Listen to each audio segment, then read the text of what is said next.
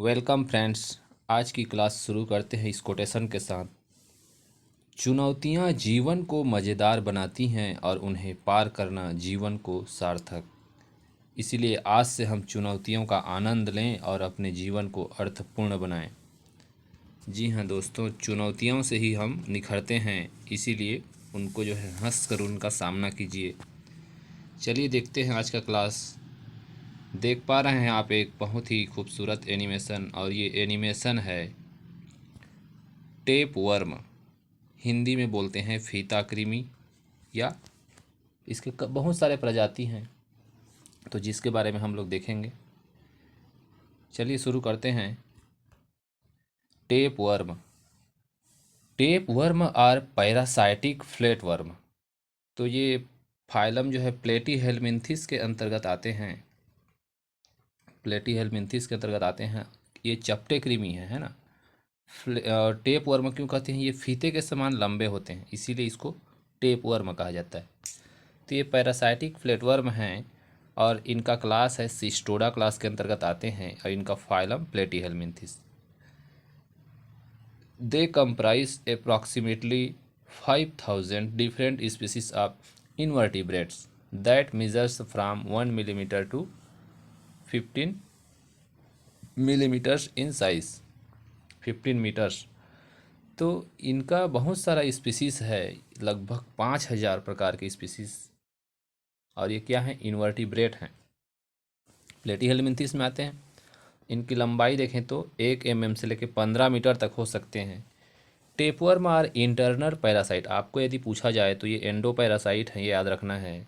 और ये वर्टिब्रेट पर अटैक करते हैं, जैसे कि ह्यूमन, कैट्स, डॉग्स, फिश, इन पर अटैक करते हैं ये। तो अलग अलग इनके होस्ट बॉडी होते हैं। Disease caused by tapeworm is known as सिस्टोडिएसिस।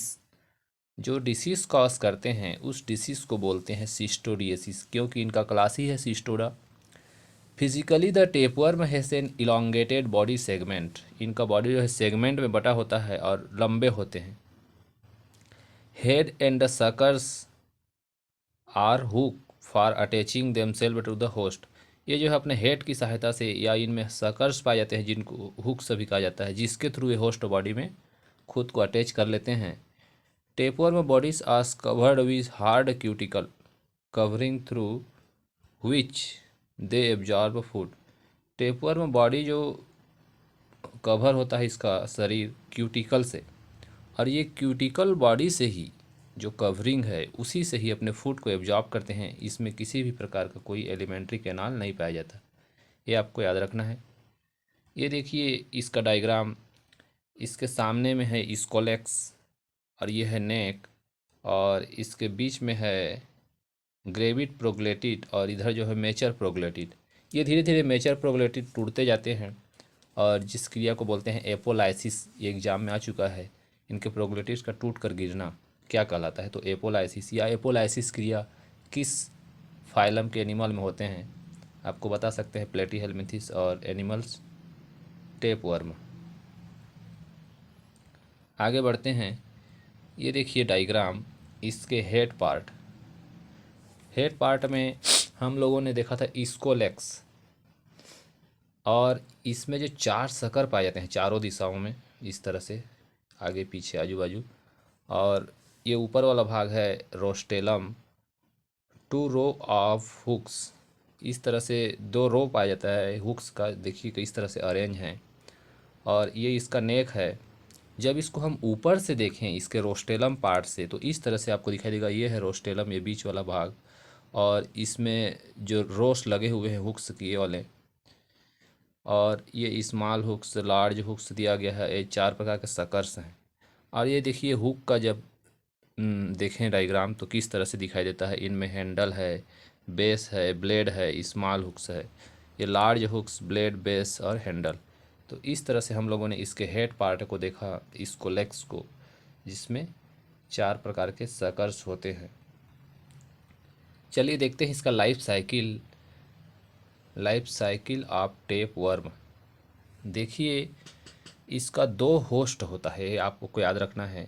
हम जो ये पढ़ रहे हैं टीनिया सोलियम का है, इसका एक प्रजाति है टीनिया सोलियम।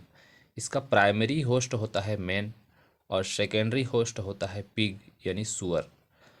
जब ह्यूमन क्या करता है, जब कंटामिनेटेड वाटर या फिर ये सिस्टी सर्किरियाई लार्वा होता है, इसका एक सिस्टी सर्कस लार्वा होता है ना, उसके थ्रू ये ह्यूमन में जब ये सुअर का मांस खाते हैं, ईटन जो इनका जो सुअर खाते हैं उनके में अक्सर ये होता है, उनके सुअर के मांस को बोलते हैं पोर्क। तो जो पोर्क को मीट करते हैं उसको खाते हैं, उनके अंदर ये चला जाता है सिस्टे सर्केरियाई और cysticercus in the section with invaginated scolex. देखिए इस तरह से सिस्टी सर्कस का ये डायग्राम होता है और ये ह्यूमन इंटेस्टाइन में चलाता है। ये है इंटेस्टाइन का डायग्राम और इंटेस्टाइन में देखिए अपनी जो है साइज़ को बढ़ा रहे हैं। Evaginated scolex attached to intestinal wall, और ये स्कोलेक्स जो इनके सकर्स होते हैं उसके थ्रू ये इंटेस्टाइन के वॉल में चिपक जाते हैं। ये चिपकने के बाद ये धीरे धीरे एडल्ट टेपवर्म में कन्वर्ट होंगे और एडल्ट टेपवर्म में जो प्रोग्लोटिड पार्ट्स है, इसका प्रोग्लोटिड पार्ट में ग्रेविड प्रोग्लोटिड में क्या बनते हैं, अंडे बनते हैं। और ये अंडे जब ह्यूमन फिशेस या मल के थ्रू बाहर आएंगे तो ये अंडे जो है कहाँ जाएंगे, बाहर। अब उस मल को कौन ईट करेगा, ये पिग सुअर। उसके बाद ये जो अंडे हैं वो कहाँ चले गए, सुअर के अंदर। सुअर के अंदर जाते हैं तो ये जो प्रोग्लोटिड में जो कौन सा था, सिस्टी सर्कस लार्वा, ये आपको याद रखना है। इस अंडे के अंदर रहता है सिस्टी सर्कस लार्वा और सिस्टी सर्कस लार्वा अब कहाँ चला गया, सुअर के अंदर। और उसके इंटेस्टाइन में, ये है उसका इंटेस्टाइन, उसके इंटेस्टाइन में हेक्साकेंथ लार्वा में चेंज हो जाते हैं। कहाँ चेंज हो रहे हैं, पिग इंटेस्टाइन में हेक्साकेंथ लार्वा में चेंज हो गए। उसके बाद ये हेक्साकेंथ लार्वा फ्री होकर क्या बनाएगा, ओंकोस्फेयर लार्वा। इनके ब्लड सर्कुलेशन में पूरे फैल जाते हैं और ये कन्वर्ट हो जाते हैं ओंकोस्फेयर लार्वा में। ये आपको याद रखना है, इसका 3 लार्वा स्टेज होता है। अब ये ओंकोस्फेयर लार्वा फिर से इनके मसल्स में रहते हैं, है ना, इनके मसल्स में रहते हैं। जब इसको फिर इस पोर्क को कोई ह्यूमन खाएगा या कोई अन्य जो सुअर को खाते हैं, ऐसे कार्निवोरस एनिमल्स जब खाते हैं तो उनके अंदर चला जाता है। तो ह्यूमन के अलावा उस कार्निवोरस एनिमल्स में भी ये लाइफ साइकिल हमको देखने को मिलता है। चलिए आगे बढ़ते हैं, इसका हम लोग लाइफ साइकिल देखें, उसी को यहाँ पे बताया गया है। Majority of tapeworms are hermaphrodite. आपको याद रखना है जो टेपवर्म के प्रजाति हैं वो अधिकतर क्या होते हैं, हर्मेफ्रोडाइट होते हैं। हर्मेफ्रोडाइट क्या होता है, इनमें मेल और फीमेल रिप्रोडक्टिव ऑर्गन दोनों पाए जाते हैं।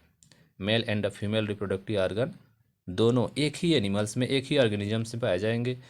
They produce gametes of both male and female sexes, और ये दोनों के गेमिट्स प्रोड्यूस करते हैं, मेल और फीमेल दोनों सेक्सेस के। अब देखते हैं इसका लाइफ साइकिल में जो पहला स्टेज है, egg stage. Tapeworm eggs are usually released through gravid proglottid.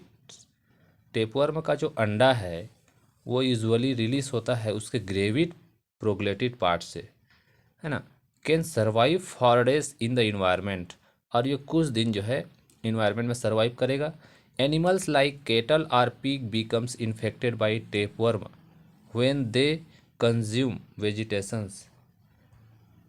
तो जब ये रिलीज़ किया जाएगा इन्वायरमेंट में, और उस इन्वायरमेंट में क्या है, उस प्रोग्लोटिड के द्वारा जो छोड़ा गया है एग्स, उसके अंदर कौन सा हम लोगों ने देखा था, सिस्टी सर्कस लार्वा, वो चला गया है। अब वो सिस्टी सर्कस लार्वा उस अंडे के अंदर है। अब उसको जब कोई पिग उसको खाएगा, उनके मल को, उसके थ्रू ये उनके अंदर चले जाएंगे, पिग के अंदर। उसके बाद क्या होगा, द लार्वा स्टेज 2। पहला तो एक स्टेज हुआ। अब larva tapeworm attach the itself to the intestinal wall of the host. अब ये क्या करेगा, इंटेस्टाइन में चिपक जाता है, ठीक है, ये larva. The hatched larva migrate to the striated muscles of the intestine. अब ये क्या होंगे, टूटे हुए जब अंडे से निकले हुए लार्वा माइग्रेट करके चले जाते हैं मसल्स में, इंटेस्टाइन के मसल्स में चले जाते हैं।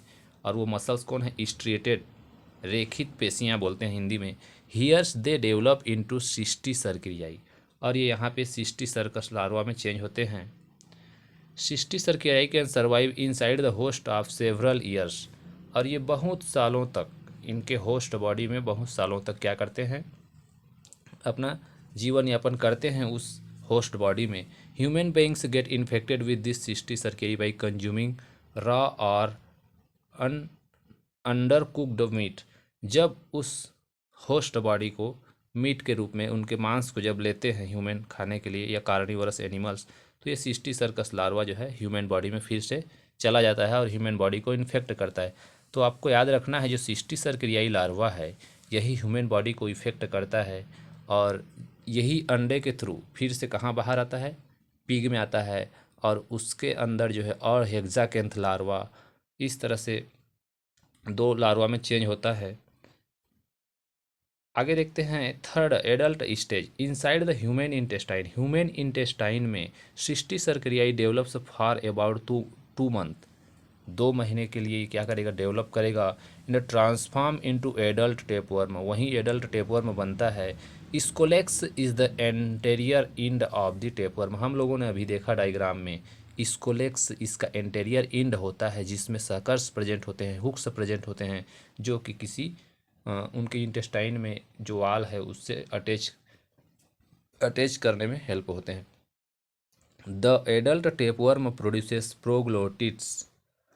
अब जो एडल्ट टेपवर्म हैं इनका जो प्रोग्लोटिड पार्ट्स होता है, क्या होते हैं, जब मेचर होते हैं, becomes gravid, eventually detached and migrate to the anus or pass in the stool. ये जो है इंटेस्टाइन से डिटेच हो जाते हैं, धीरे धीरे टूटते हैं। इसी क्रिया को बोलते हैं एपोलाइसिस। आपको याद रखना है, ये एग्जाम में पूछा जा चुका है। एपोलाइसिस क्रिया, इनके प्रोग्लोटिड का टूटना या झड़ना। डिटेच होकर ये कहाँ चले जाते हैं, एनस में चले जाते हैं, और ये फिशेस के थ्रू बाहर कर दिए जाते हैं। इसको जो है थोड़ा सा मैं नोट्स के रूप में बनाया हूँ, जो कि एग्ज़ाम में ये आ चुके हैं, एग्ज़ाम पॉइंट्स लेके आया हूँ। टीनिया सोलियम जो है मुख्य रूप से इसको 2 होस्ट बॉडी चाहिए, प्राइमरी होस्ट और सेकेंडरी होस्ट। प्राइमरी में मेन और सेकेंडरी में पिग, सुअर। और इसका क्लास देखें तो सिस्टोडा क्लास है। Parasite of small intestine of human, और ये पैरासाइट है स्मॉल इंटेस्टाइन में, याद रखना है। They have not alimentary canal, इसके पास कोई आहार नाल नहीं होता है, और ये भोजन को अपने बॉडी के द्वारा सीधे क्यूटिकल आवरण के द्वारा ये पचे हुए भोजन को क्या करते हैं, एब्जॉर्ब करते हैं। इनमें हेक्साकेंथ लार्वा देखने को मिलता है, हम लोगों ने अभी डायग्राम में देख चुका। ओस्मोट्रॉफी होते हैं ये, परासरणी भोजन डिफ्यूज़न के थ्रू क्या करते हैं, मतलब ह्यूमन अपने ह्यूमन बॉडी के जो इंटेस्टाइन है उससे पचे हुए भोजन को सीधा एब्जॉर्ब करते हैं। एनारोबिक रेस्पिरेशन, तो ओस्मोट्रॉफी हम किसको बोलते हैं, जो बॉडी वाल के द्वारा जो भोजन को लेते हैं उसको हम ओस्मोट्रॉफी बोलते हैं, याद रखना है। एनारोबिक रेस्पिरेशन होता है इनके अंदर। शेडिंग ऑफ ग्रेविड प्रोग्लोटिड, जो ग्रेविड प्रोग्लोटिड है उसका गिरना, डिटेचमेंट होना कहलाता है एपोलाइसिस, ये अभी बताया मैं। Digestive system is absent and anus also absent, इनमें डाइजेस्टिव सिस्टम नहीं पाया जाता और एनस भी नहीं पाया जाता है। हर्मेफ्रोडाइट होते हैं, ये द्विलिंगी होते हैं, अभी हम लोग देखे। तो इस तरह से इनका कंक्लूजन देखते हैं। Tapeworm are named after their intermediate host, इनके इंटरमीडिएट होस्ट के नाम पर इनको नाम दिया जाता है। इनके बहुत सारे अलग अलग स्पीसीज हैं, सच एस डाइफायोलोबोथ्रियम लेटम, जो फिश में पाया जाता है, ठीक है, उसको बोलते हैं डाइफायोलोब्रियम लेटम। टीनिया सेजिनाटा, बीफ टेपवर्म, यानी जो गो मांस खाते हैं उनमें पाया जाता है टीनिया सेजिनाटा, है ना। And the taenia solium, pork tapeworm बोलते हैं इसको। क्यों, क्योंकि पोर्क यानी सुअर का मांस, सुअर के अंदर जो अपना लाइफ साइकिल पूरा करते हैं। इस तरह से अलग अलग जो होस्ट बॉडी होते हैं उनके नाम पर इनको नाम दिया गया है, fish tapeworm, beef tapeworm, pork tapeworm. These are all intermediate tapeworm as they are consumed by other carnivores like human beings, और इनके जो मांस है उसको अलग जो है इंटरमीडिएट होस्ट होते हैं, ये इंटरमीडिएट होस्ट हैं, और इनमें इनके मांस को जो है ह्यूमन बॉडी के द्वारा लिया जाता है, और ये ह्यूमन बॉडी में अपना लाइफ साइकिल पूरा करते हैं। इसलिए इनको जो है हम लोग क्या बोलते हैं, द्विपोषदीय, 2 होस्ट बॉडी में अपना लाइफ साइकिल पूरा करते हैं। तो चलिए हम देखते हैं इसका एक एनिमेशन वीडियो जो कि इसके लाइफ साइकिल से संबंधित है। ये देखिए, एक होस्ट बॉडी के अंदर वो एनिमल है, कौन? टेप वर्म, उसके इंटेस्टाइन में। और इसको जब डॉग्स जो है भोजन के रूप में लेते हैं तो डॉग्स के अंदर ये देखो चले गए, डॉग्स के इंटेस्टाइन में जाएंगे। और देखिए ये जो टेपवर्म है उसके इंटेस्टाइन में अपने सकर्स की सहायता से, हुक की सहायता से उसके दीवार में चिपक गया। दीवार में चिपकने के बाद क्या करता है, देखो ये विलाई की संरचनाएं हैं जो उंगली नुमा दिख रहा है। अब ये इसका जो माउथ पार्ट है उसके बाद ये धीरे धीरे अपनी लंबाई में वृद्धि करेगा। उसका जो प्रोग्लोटिड्स होता है, ठीक है, लंबाई में वृद्धि कर रहा है। और इसी के अंदर ये अंडे देखिए इसके, जिसमें इसका जो सिस्टी सर्करियाई लार्वा है, इसके डिटैचमेंट से धीरे धीरे ये फिशेस के पास चले जाते हैं, एनस के पास, है ना। ये कुत्ते या डॉग के एनस के पास जा रहे हैं और ये उसके फिशेस के थ्रू बाहर आ रहे हैं। और सिस्टी सर्करियाई लार्वा अब इसके बाहर आके हेक्साकेंथ लार्वा में चेंज होते हैं। इसके बाहर आने के बाद ये देखिए बाहर आ गया और ये एक लार्वल फॉर्म बनाया, हेक्साकेंथ लार्वा। ये हेक्साकेंथ लार्वा जो है फिर से किसके अंतर्गत जाएगा, जो दूसरा होस्ट बॉडी है उसके अंदर फिर से जाता है मल के थ्रू। और इस तरह से इनका लाइफ साइकिल चलता है। उस